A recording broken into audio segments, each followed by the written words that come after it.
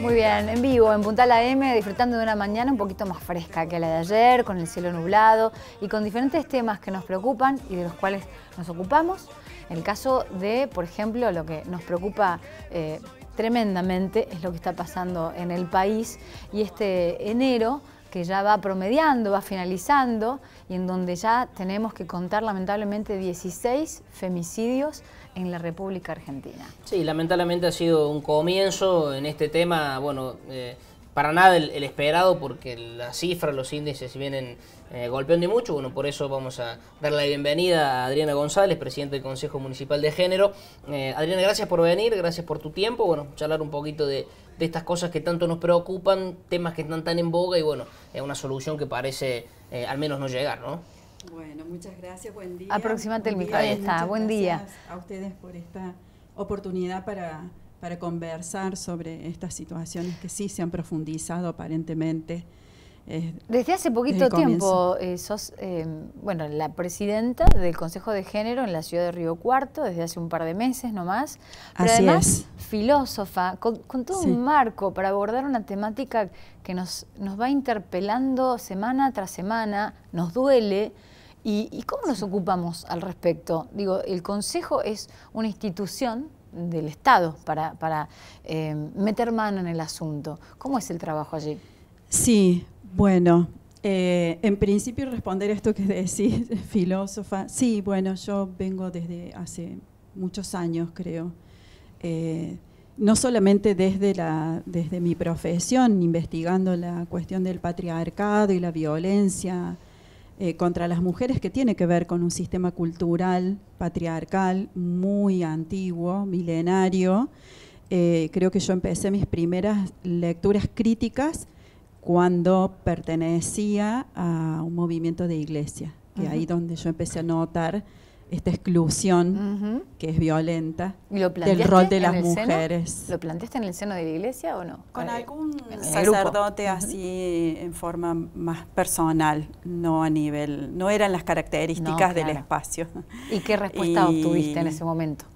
Bueno, yo solamente adherí a la opción por los pobres a partir de la lectura de Leonardo Boff, de haber conocido a Leonardo Boff, que plantea la cuestión de, en principio, la primera pregunta que yo encontré en ese abordaje fue ¿por qué Dios es padre y no más bien madre? Claro.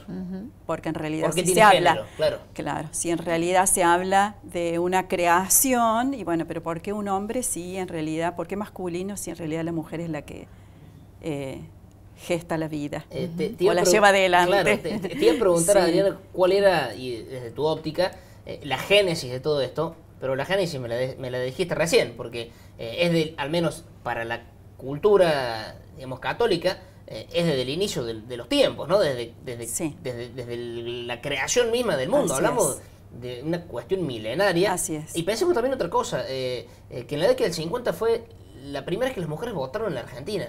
Sí.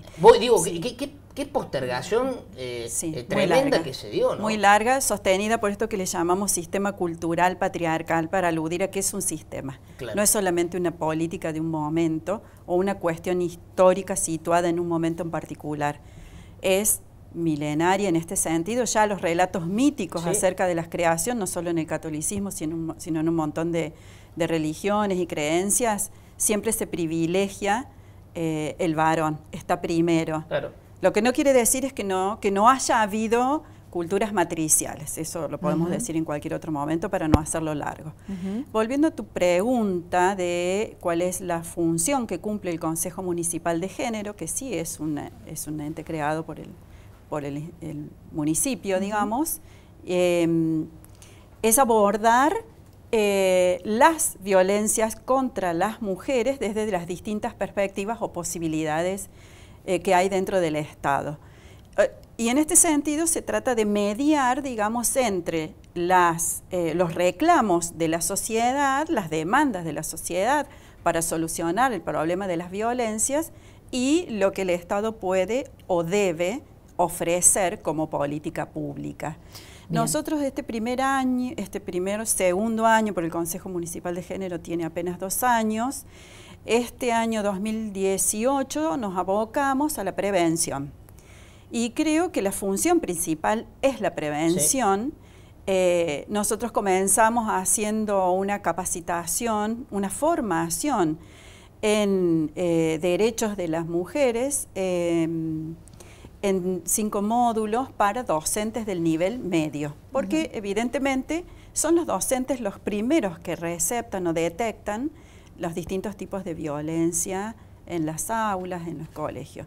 Y obviamente que para el año 2019 el proyecto es multiplicar esas capacitaciones para todos los actores involucrados en la solución, que sería la justicia y la policía, fundamentalmente. Por lo tanto, es grande, ¿no? Y recién pensaba y conflictiva. Sin duda, porque son aparte estructuras dentro de un sistema que se ha gestado patriarcalmente desde siempre, la autoridad, verticalismo y demás. Así. Pero el Consejo de Género pensaba que se llama de género, pero alude únicamente a la mujer.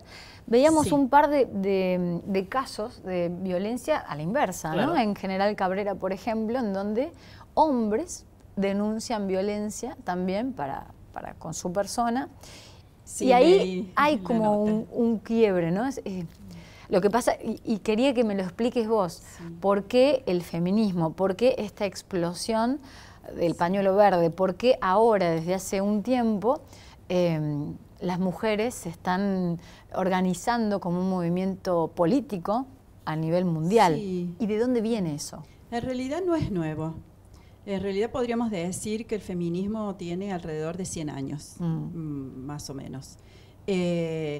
Podríamos decir que, digamos, como teoría se origina con los primeros escritos o los primeros textos de Simone de Beauvoir en la década del 40, cuando escribe El segundo sexo.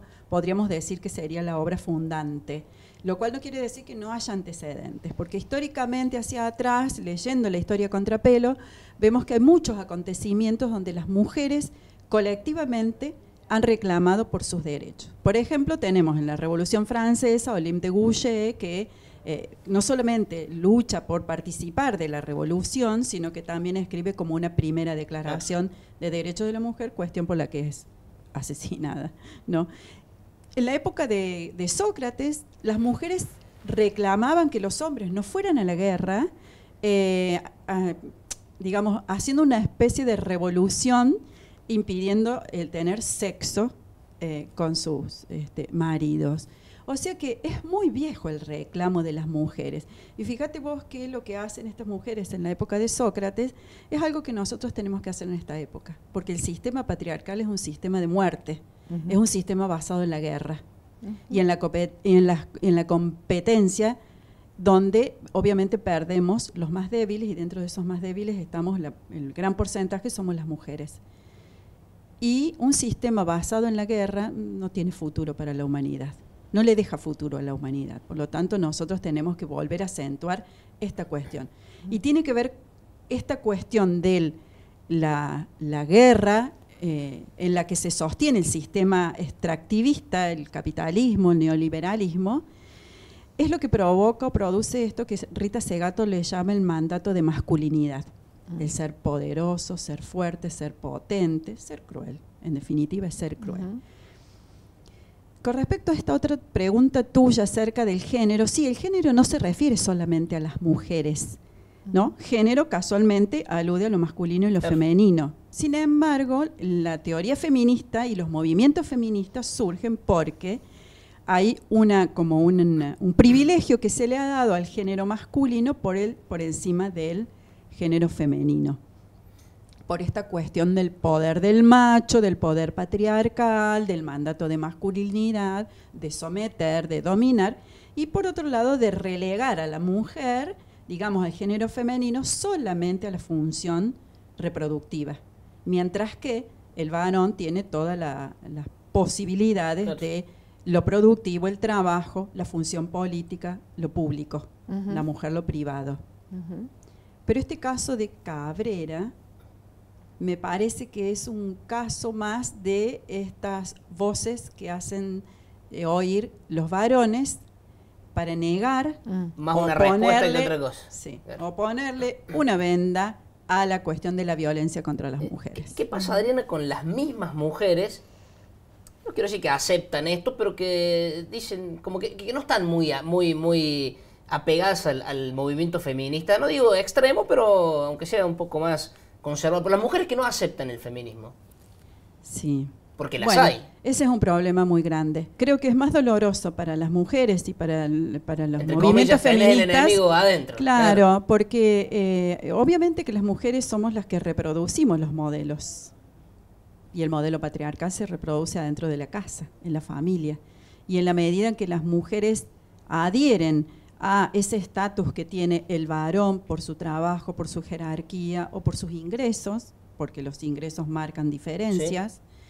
Y ahí hay una gran desigualdad, todavía hay mucha deuda todavía, por eso hay mucho derecho por lo cual todavía seguir luchando, muchos derechos para conquistar para las mujeres, por lo tanto la lucha feminista es algo que no tiene fin, digamos. Dice Rita Segato, dijo en mayo del año pasado, ahí en Cuenca, Ecuador, que esto es una lucha de largo alcance y que no podemos esperar, cuando nos comprometemos con el feminismo, no podemos esperar que en 2, 3, 10, 100 años esto se termine. Veían, no nos es una debemos transformación desalentar. De que lleva generaciones, y sí. Pensaba recién lo que planteaba Javi, por ahí uno se da el lugar para debatir y para albergar otras concepciones y repensarse, pero hay gente que no lo permite y que tiene el chip del sistema patriarcal tan incorporado que le cuesta ver y contemplar otra alternativa, incluso que implique mejoras para el propio sexo.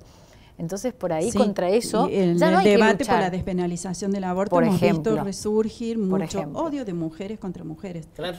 Y en el fondo eso creo que subyace varias cosas, pero lo más visible me parece que es un miedo a perder el poder.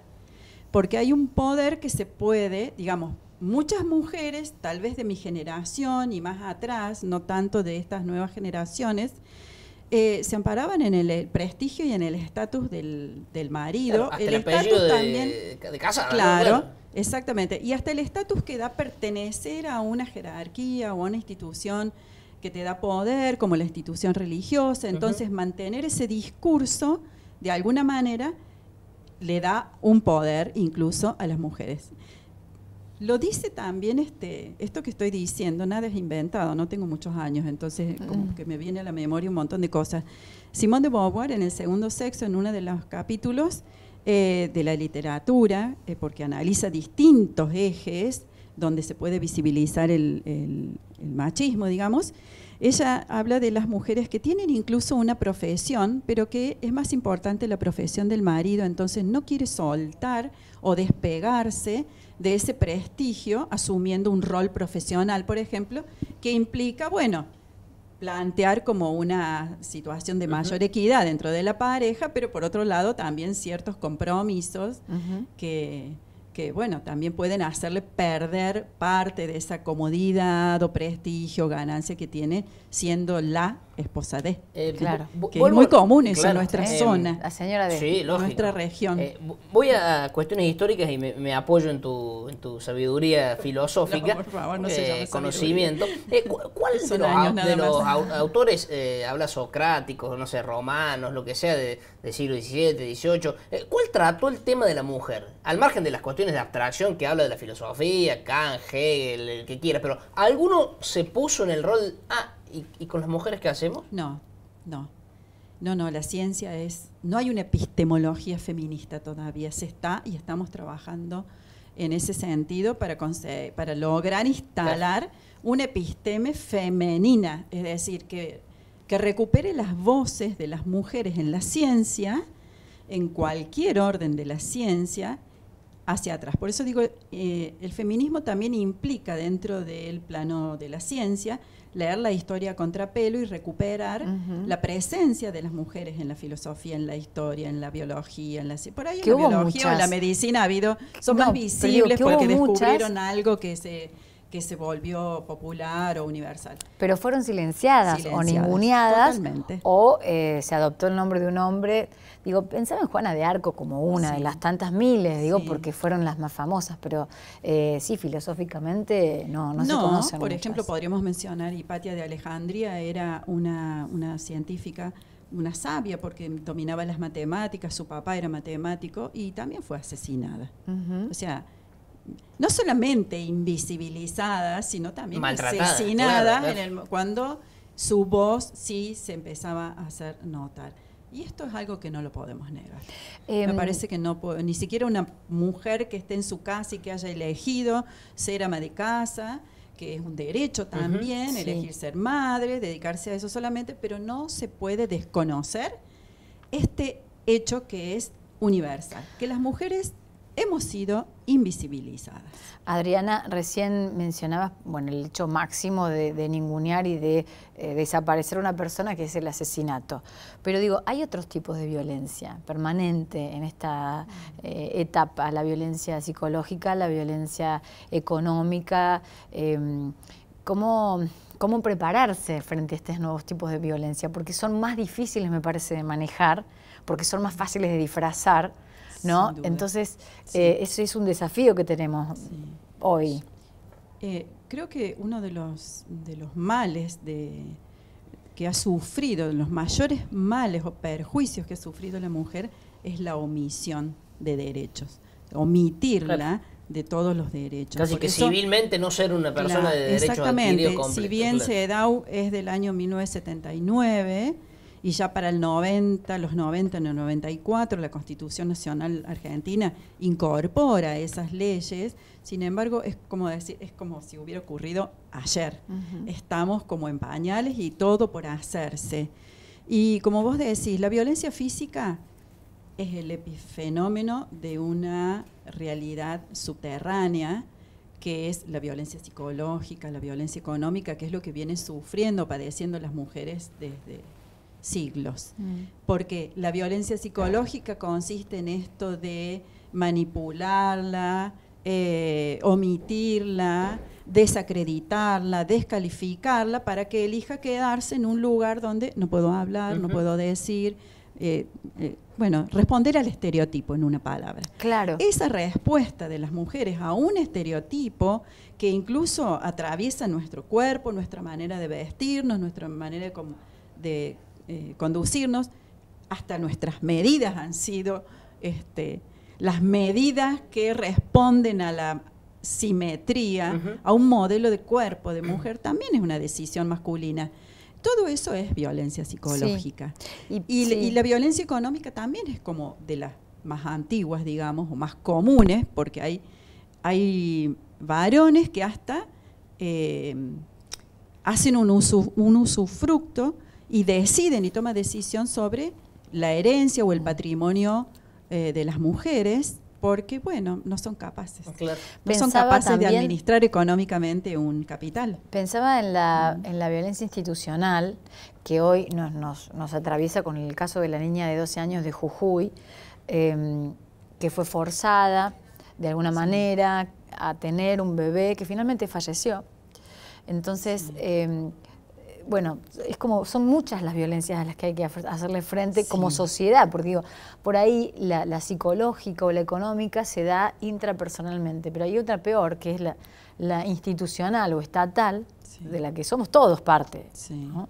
Buen punto el que has señalado, porque en realidad los medios visibilizan la violación, el femicidio, esa violencia cruenta que es imposible ocultarla, pero en realidad hay una estructura subyacente que es violenta y que tiene que ver con esta fase apocalíptica del capitalismo, que entonces, para volver a obtener recursos, vuelve a profundizar el extractivismo y produce enormes desigualdades.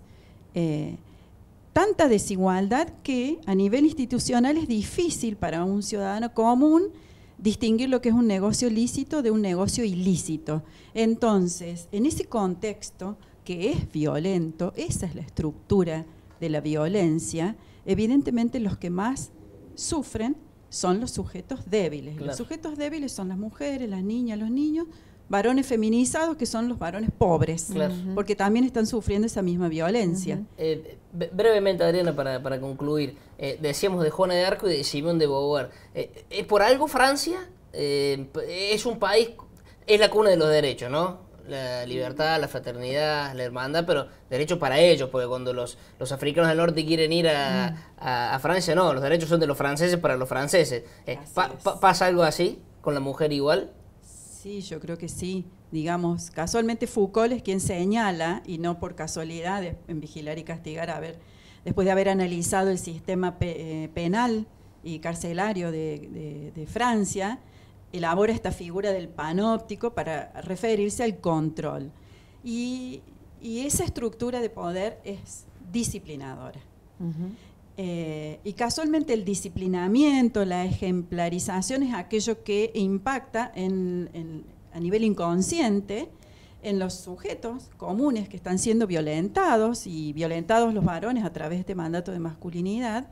Y entonces estos casos cruentos de violación, seguida de asesinato, descuartizar el cuerpo, maltratar el cuerpo, no es más que visibilizar esa ejemplarización, ese disciplinamiento para que las cosas sigan permaneciendo en ese mismo estado.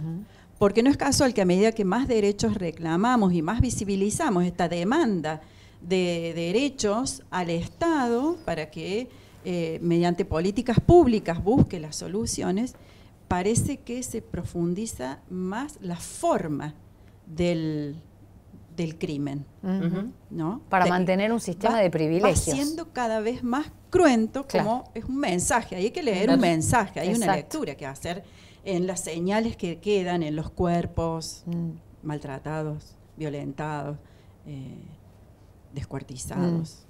Adriana, seguiremos hablando. Aparte nos encanta mucho, nos gusta mucho el tema de la filosofía. Claro, porque atraviesa todo, lógico. Sí, nos colgamos mucho, pero da para mucho más este tema. Sí, es inacabable. Hay actividades del Consejo de Género seguramente durante todo el año, así que seguramente te vamos a estar invitando en otras oportunidades para conversar al respecto. Sí, apenas comencemos además con las reuniones y tengamos el programa, nosotros nos vamos a ocupar de darle difusión, porque acá lo que necesitamos como mediadores entre el Estado y la demanda de derechos de la sociedad y de la demanda de políticas públicas es difundirlo lo más que se pueda, porque hace falta un trabajo en red, muchas redes de trabajo para poder hacer algo. Sí. Muchas gracias por la visita a Punta la M. Gracias por muchas gracias a ustedes. Ha sido un placer. Igualmente.